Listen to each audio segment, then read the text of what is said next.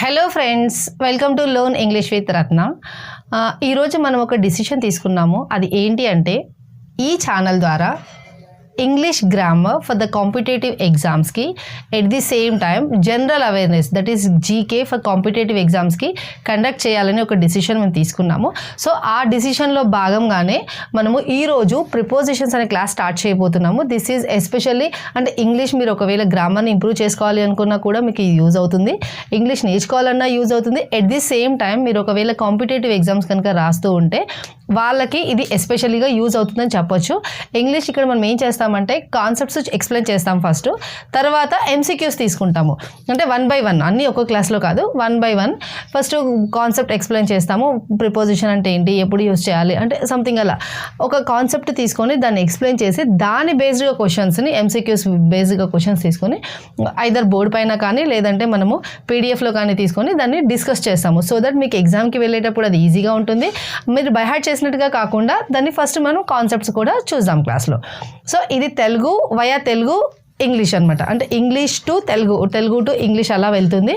So especially ఇది useful మన Telugu language ఇది ఎస్పెషల్లీ ఎవరికి యూస్ఫుల్ అంటే మనం కాంపిటేటివ్ ఎగ్జామ్స్ రాస్తున్నాము, మనకు లాంగ్వేజ్లో ఇంగ్లీష్లో ఎక్కడో ఏదో తేడా ఉంది, మన లాంగ్వేజ్లో ఎవరైనా చెప్తే బాగుండు అని అనిపించే వాళ్ళ కోసము ఎస్పెషల్లీ ఇది యూజ్ అవుతుంది. అంటే మన 2 తెలుగు రాష్ట్రాల వాళ్ళకి ఇది ఎక్కువ యూజ్ అవుతుందని నేను అనుకుంటున్నాను. మనం కాన్సెప్ట్ ఎక్స్ప్లెయిన్ చేస్తాము, at the same time MCQs కూడా దానిపైన డిస్కస్ చేస్తాము. ఎంసీక్యూస్ అని కాదు, గ్రామర్ కాంప్రిహెన్సివ్ కానీ లేదంటే prepositions any grammar which is related to the competitive exams. This channel is actually meant, today we have taken a decision that this channel should meant for the competitive exam students అనేసి. అంటే ఎవరైతే competitive exams రాస్తున్నారో వాళ్ళకి బాగా useful అవ్వాలి, at the same time మన తెలుగు లాంగ్వేజ్లోనే అర్థమయ్యేలాగా ఉండాలి అనే ఇంటెన్షన్తో ఈ ఛానల్ మనం ఓపెన్ చేయడం జరిగింది. ఎట్ ది సేమ్ టైం మన వాళ్ళకి బెనిఫిషియల్గా ఉంటుందని మేము అనుకుంటున్నాము. సో ఇక్కడ మనము ప్రిపోజిషన్ తీసుకున్నాము. ప్రిపోజిషన్ అంటే ఏంటి, what is preposition? Preposition is the word or preposition shows the relationship between a noun or pronoun. Noun or ప్రొనౌన్కి మధ్యలో ఉన్న రిలేషన్, నౌన్ ఆర్ ప్రొనౌన్కి దేంతో relationship with some other words in a sentence. So ఒక sentence మనం తీసుకున్నప్పుడు ఒక ఎగ్జాంపుల్ తీసుకుందాము. Cat is sitting on the table. చూడండి, cat is sitting on the table.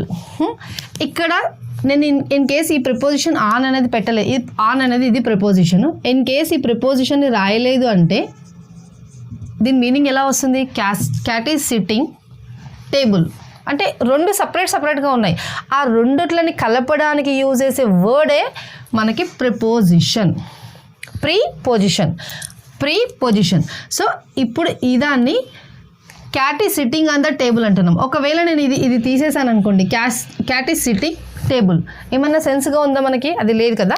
So దానికోసం మనము cat is sitting on the table అని రావడానికి టేబుల్ పైన కూర్చుంది, క్యాట్ కూర్చుంది. ఎక్కడ కూర్చుంది? టేబుల్ ఉంది, క్యాట్ అంటున్నారు, బట్ ఎక్కడ కూర్చుంది అంటే on the table or below the table, under the table. అంటే ఒక రిలేషన్షిప్ని చూపెట్టడానికి మనం యూజ్ చేసే వర్డ్సే ప్రిపోజిషన్స్ అని అంటాం. సో ప్రస్తుతానికి మనము ప్రిపోజిషన్ అంటే ఏంటి, అది ఎప్పుడెప్పుడు యూజ్ చేస్తారో చూద్దాం. ప్రిపోజిషన్ వచ్చేసి shows the relationship between a noun or pronoun. Cat అనేది ఇక్కడ నౌన్, క్యాట్ అనేది నౌన్, ఇది నౌన్. ప్రొనౌన్ అంటే ఇప్పుడు క్యాట్కి ప్రొనౌన్ ఏముంటుంది? ఇట్ అంటాం.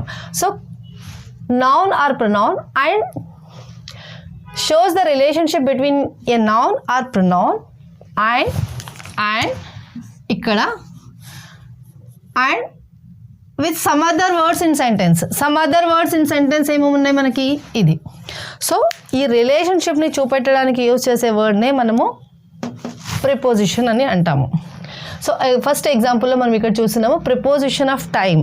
టైం కోసం మాట్లాడేటప్పుడు ఏదైనా పర్టికులర్ టైం, అది డే ఉండొచ్చు, డేట్ ఉండొచ్చు, 5 o'clock 10 o'clock అట్లా టైం ఉండొచ్చు.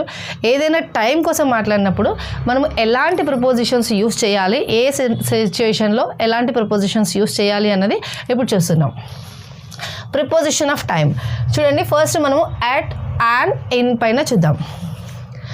అట్ ఎప్పుడు యూజ్ చేస్తాము అంటే ఎట్ యూజ్ చేసేది పర్టికులర్ పాయింట్ ఆఫ్ టైంలో, ఇప్పుడు పర్టికులర్ పాయింట్ ఆఫ్ టైం మాట్లాడుతున్నాం. ఇప్పుడు ఎంత టైం అంటే 5 o'clock అవుతుంది. ఎప్పుడు మనం మీట్ అవుతామంటే ఎట్ 8 o'clock అన్నాం అనుకోండి, అంటే పర్టికులర్ టైం ఎట్ 8 o'clock అని మీరు ఒక పర్టికులర్ టైం చెప్తున్నారా. సో అట్లా పర్టికులర్ టైం చెప్పినప్పుడు ఎట్ అంటాం. At. So particular time at ఎప్పుడు యూజ్ చేస్తాము, ఎట్ పర్టికులర్ టైంలో యూజ్ చేస్తాము. లేదంటే ఎట్ మిడ్ నైట్ ఎప్పుడు మీట్ అవుదాము అంటే లైక్ ఏదైనా at midnight, at 5 o'clock, at the beginning of the class. ఎప్పుడు at the beginning of the class అంటే మీరు పర్టికులర్ టైం చెప్తున్నారు. బిగినింగ్ ఆఫ్ ద క్లాస్ ఒక టైం ఉంటుంది కదా, 7 o'clock 5 o'clock ఏదో టైం ఉంటుంది కదా, ఆ టైం కోసం మాట్లాడేటప్పుడు మీరు at the beginning of the class. అదే ఎండ్ ఆఫ్ ద క్లాస్ మాట్లాడాలి అంటే at the end of the class. అంటే సింపుల్ లాంగ్వేజ్లో చెప్పాలి అంటే ఒక పర్టికులర్ టైం కోసము మనం మాట్లాడినప్పుడు మనము ఎట్ అని యూజ్ చేస్తాము. ఎట్ అనేది యూజ్ చేస్తాము. అంటే ఎట్ ఇంకా వేరే దగ్గర కూడా యూజ్ చేస్తాము, బట్ టైం కోసం మాట్లాడుతున్నాము, పర్టికులర్ పాయింట్ ఆఫ్ టైం కోసం మాట్లాడుతున్నప్పుడు మనము ఎట్ అనే వర్డ్ని యూజ్ చేస్తాము. అయితే ఇవన్నీ డెఫినెట్ పాయింట్ ఆఫ్ టైమ్స్. డెఫినెట్గా మనకు తెలుసు 5 o'clock అంటే 5 o'clock అని. సో అట్లా పర్టికులర్ టైం తెలిసినప్పుడు మనము ఇక్కడ డెఫినెట్ పాయింట్ ఆఫ్ టైంలో ఇక్కడ ఎట్ అనే వర్డ్ని యూజ్ చేస్తున్నాం, అంటే ఎట్ అనే ప్రిపోజిషన్ని యూజ్ చేస్తున్నాం. ఎట్ ది సేమ్ టైం ఇక్కడ ఇండెఫినెట్ పీరియడ్ ఆఫ్ టైంలో కూడా మాట్లాడుతున్నాము. అంటే ఇండెఫినెట్ పీరియడ్ ఆఫ్ టైం అంటే ఏంటి మేడం అంటారా, అంటే ఒక పర్టికులర్ ఇప్పుడు ఎట్ 5 o'clock అంటే మనకు 5 o'clock అని తెలిసిపోయింది, కానీ ఇండెఫినెట్ టైం ఏమొచ్చింది చూడండి, ఎట్ డాన్, ఎట్ నైట్, ఒక టైం చెప్పట్లేదు మీరు. ఎట్ క్రిస్మస్ టైం చెప్పట్లేదు, ఎట్ దివాళీ టైం చెప్పట్లేదు, ఒక డే మొత్తంలో ఏదైనా ఉండొచ్చు ఆ రోజు. సో మొత్తం ఒక డే అంటే ఎట్ దివాళీ అంటున్నారు, మొత్తం దివాళీ డే మొత్తం ఉండొచ్చు, కానీ ఆ రోజు పర్టికులర్ టైం మీరు చెప్పట్లేదు. సో అలాంటి టైంలో యూజ్ చేసేది ఇండెఫినెట్ పీరియడ్ అంటారు దీన్ని. ఇక్కడ కూడా మనము ఎట్ అనే వర్డ్ని యూజ్ చేస్తాము. అర్థమవుతుందా. సో ఎట్ మనం యూజ్ చేస్తుంది ఎట్ పర్టికులర్ పాయింట్ ఆఫ్ టైంలో మనం యూస్ చేస్తాము, పర్టికులర్ పాయింట్ ఆఫ్ టైంలో. లేదు అంటే ఇండెఫినెట్ పీరియడ్లో ఎక్కడ యూజ్ చేస్తాము టైం రిలేటెడ్లో అంటే at Christmas, at Dasara, at Diwali, at night అట్లా అని చెప్పి ఎట్ మార్నింగ్ అనొద్దు, ఎట్ నైట్, ఎట్ దివాళీ అలా యూజ్ చేస్తాము. నెక్స్ట్ ఆన్ కోసం. ఆన్ ఎక్కడ యూజ్ చేస్తామంటే on is used with the days. On Monday, on Saturday, on 5th January or 10th January. So days కానీ డేట్స్ కానీ వచ్చినాయి అంటే అక్కడ మనము ఎట్ అని అనొద్దు. ఇక్కడ మనం అన్నాము ఎట్ దివాళీ అన్నాం, కానీ ఇక్కడ డేని పెట్టలేదు ఇక్కడ, అట్లా అని చెప్పి డేట్ని కూడా పెట్టలేదు. సో ఎట్ దివాళీ అన్నాం అంతే. సో ఎట్ దివాళీ అన్నాం కాబట్టి ఓకే. కానీ ఇక్కడ మనం ఒకటి చూస్తే ఆన్ మండే అంటున్నాం, అంటే డేని ఇంక్లూడ్ చేస్తున్నాం. ఇప్పుడు డే ఎప్పుడైతే ఇంక్లూడ్ అవుతుందో అక్కడ ఆన్ యూజ్ చేయాలి. ఆన్ క్రిస్మస్ డే అన్నారనుకోండి, ఇక్కడ ఉంటుంది చూడండి, ఆన్ క్రిస్మస్ డే అన్నారంటే డే యూజ్ అయింది అంటే అక్కడ ఆన్ పెట్టాలి. లేదంటే ఆన్ 5th January అన్నారనుకోండి, ఇక్కడ ఉంటాయి చూడండి, on the morning of the 1st January, 1st January morning రోజు అని చెప్పాలి అనుకుంటే on the morning of the 1st January. అంటే ఇక్కడ మనం ఏం చేస్తున్నాము, 1st January డేట్ని యూజ్ చేస్తున్నాం, మార్నింగ్ని యూజ్ చేస్తున్నాం. సో అంటే డేని యూజ్ చేస్తున్నాము, డేట్ని యూజ్ చేస్తున్నాము, కాబట్టి ఇక్కడ ఆనే పెట్టాలి, ఎట్ పెట్టొద్దు. Clear. On Diwali day, only Diwali రాస్తే ఎట్ దివాళీ, దివాళీ డే అని రాస్తే కనుక ఆన్ పెట్టాలి. క్రిస్మస్ ఆన్ క్రిస్మస్ అని అనొద్దు, మళ్ళీ ఎట్ క్రిస్మస్. ఇప్పుడు ఓన్లీ క్రిస్మస్ అంటే ఎట్ క్రిస్మస్, అదే క్రిస్మస్ డే ఆర్ క్రిస్మస్ ఈవ్ అన్నారంటే ఆన్ పెట్టాలి. Next preposition for the time is in. We have already discussed at and on. In is the last one. Here in is used for parts of the day, in the morning, in the evening, means for the parts of the day or parts of the month, in January, in December, in June,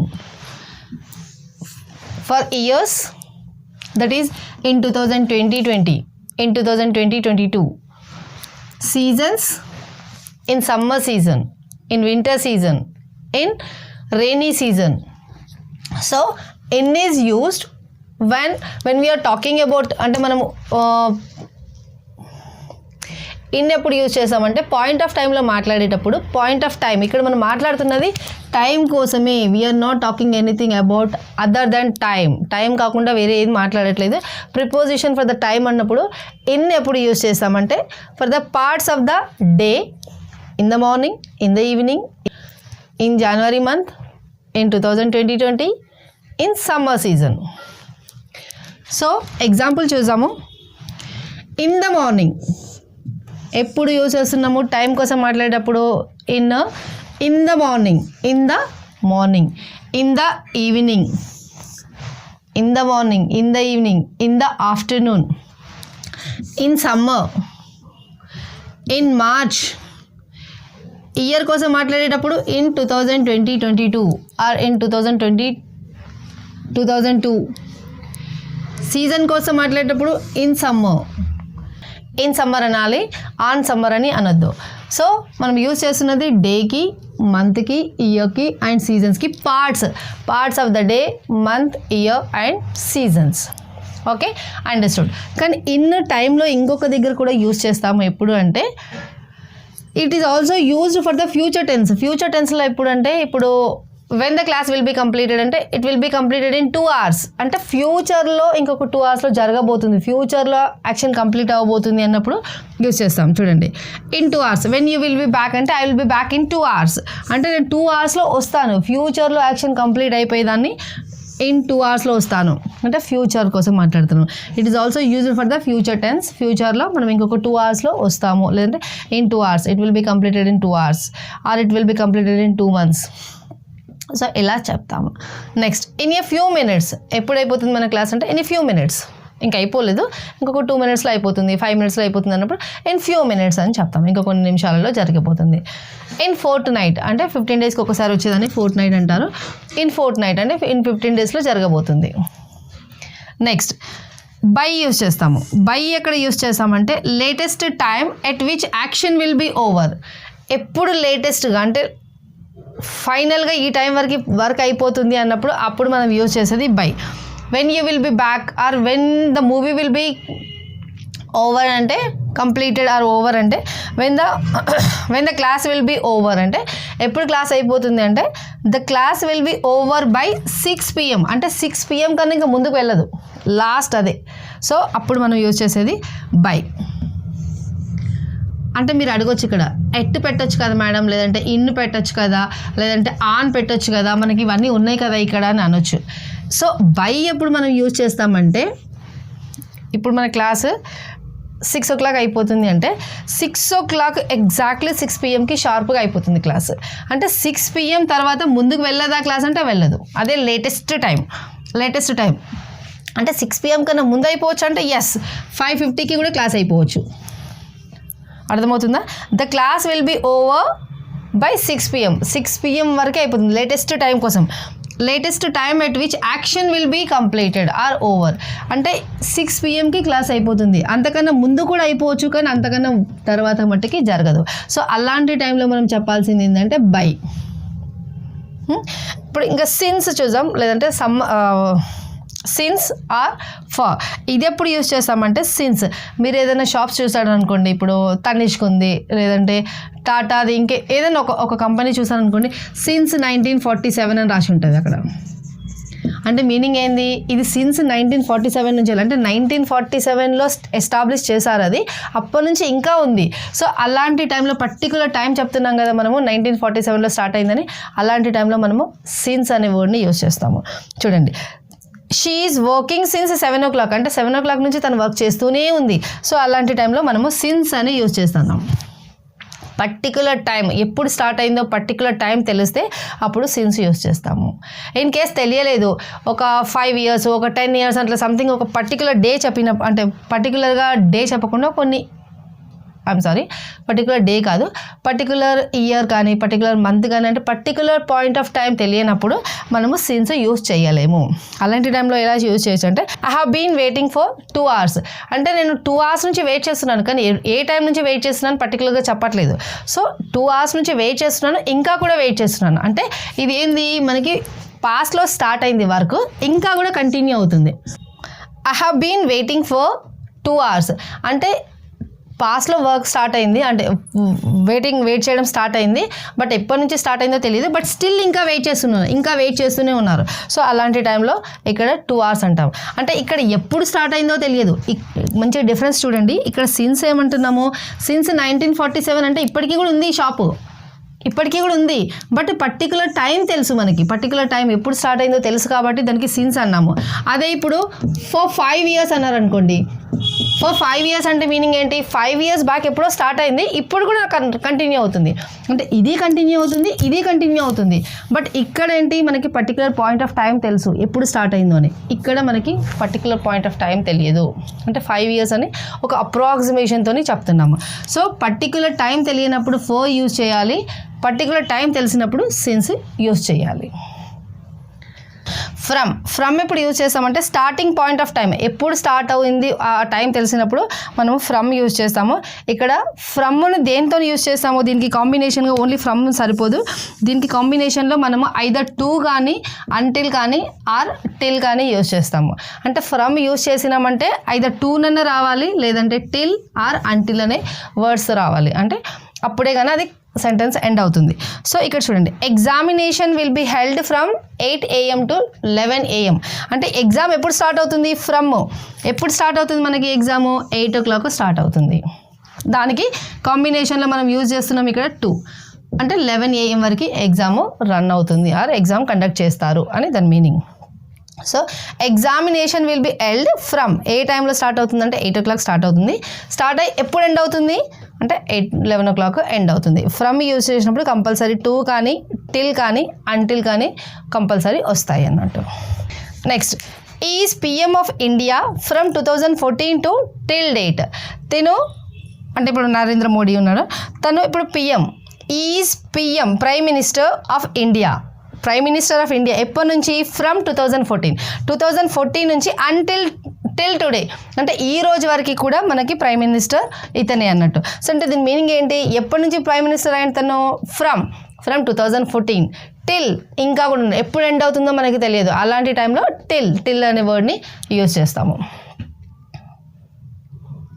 so okay friends, ఈరోజు క్లాస్లో మనం ఇంతే discuss చేసాము. నేను అనుకుంటున్నాను మీకు ఈ classes useful అవుతాయి అనేసి. ఒకవేళ మీరు యూస్ఫుల్ అనుకుంటే ప్లీజ్ లైక్ చేయండి, షేర్ చేయండి అండ్ సబ్స్క్రైబ్ చేసుకోండి. అండ్ అలాగే మీతో పాటు ఎవరైనా మీలాగానే ఇంగ్లీష్ నేర్చుకోవాలనుకున్నా, లేదంటే కాంపిటేటివ్ ఎగ్జామ్స్కి వాళ్ళు అపియర్ అవ్వాలనుకున్నా, సో ఇక్కడ తెలుగు అండ్ ఇంగ్లీష్ కాంబినేషన్లో క్లాసెస్ ఉంటాయి కాబట్టి మన తెలుగు వాళ్ళకి ఎస్పెషల్లీ ఇది యూస్ఫుల్ అవుతుందని ఎక్స్పెక్ట్ చేస్తున్నాను. So thank you so much.